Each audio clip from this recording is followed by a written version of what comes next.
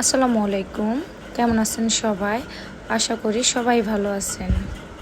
একটা কথা আজকে বলবো সবাইকে, লাইফে যদি চিলভাবে কাটাতে চান, আনন্দভাবে কাটাতে চান বা বন্ধুময় হয়ে সবার সাথে কাটাতে চান, তাহলে শ্বশুরবাড়ির লোকদের সাথে মিশবেন বেশি, শ্বশুরবাড়ির লোকদের সাথে বন্ধুত্ব রাখবেন বেশি।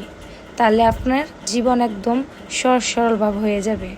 আপনি যা খুশি তাই করতে পারবেন সবার সাথে মিশে।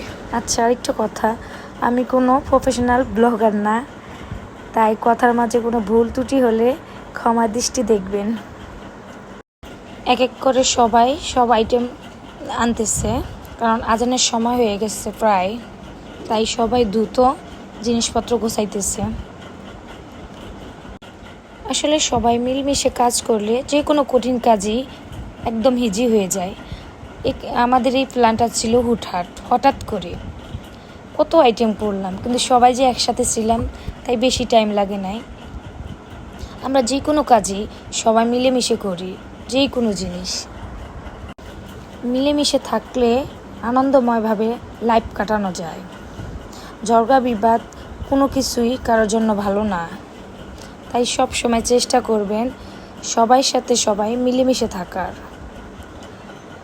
আলহামদুলিল্লাহ, আমরা সর্বদা সবার সাথে সবাই মিলেমিশে থাকার চেষ্টা করি, তাই আমরা যে কোনো কাজই, কঠিন কাজও খুব ইজিলিভাবে করতে পারি, কারণ সবাই মিলেমিশে করি। তাই সর্বদা মিলেমিশে থাকবেন। বারবার বলি, হয়তো অনেকে আমার কথায় বিরক্ত হবেন, আমি জানি যে মিলেমিশে থাকলে যে আনন্দটা পাওয়া যায়, আপনি নিজের রাজপ্রাসাদে থেকে ওই আনন্দটা পাবেন না, ওই ফিলটাই পাবেন না। আমরা সব সময় আনন্দ থাকার চেষ্টা করি। হ্যাঁ, আমাদের মাঝেও ঝগড়া বিবাদ রাগ অভিমান হয়, কিছুদিন হয়, আবার সবাই মিলেমিশে যায় একদম। তাই সর্বদা আত্মীয় স্বজনের খোঁজ খবর রাখবেন, সবাই সাথে সবাই ভালো ব্যবহার করবেন। এই যে আমাদের আজানের টাইম হয়ে গেছে প্রায়, তাই ইফতার খাওয়ার জন্য আমরা সবাই রেডি।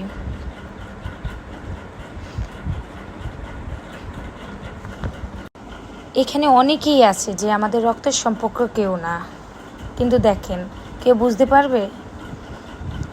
আসলে রক্তের সম্পর্কই সম্পর্ক না, আসল হলো মানুষের ব্যবহার আচার।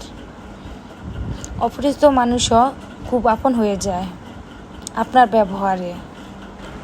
আমি সর্বদা আল্লাহর কাছে দোয়া করি যেন মিলমিশে সারা জীবন সবার সাথে কাটাতে পারি। হ্যাঁ, ঝগড়া বিবাদ মান অভিমান রাগ এগুলা তো থাকবে, মানুষ যতদিন বাঁচবে এগুলা থাকবে। তারপরে বলে যে একবারে মানুষের সাথে সম্পর্ক নষ্ট করে দেবেন, তা না। হয়তো অনেকে আমার কথা পছন্দ না হতে পারে, বলবে যে জ্ঞান দিতে আসছে। না, আমার লাইফ দিয়ে আমি বলতেছি যে অনেকেই বলে যে এত আনন্দভাবে থাকে কিভাবে। আমার রেগুলার ব্লগ দেখেই বুঝতে পারবেন আশা করি। আল্লাহ হাফেজ।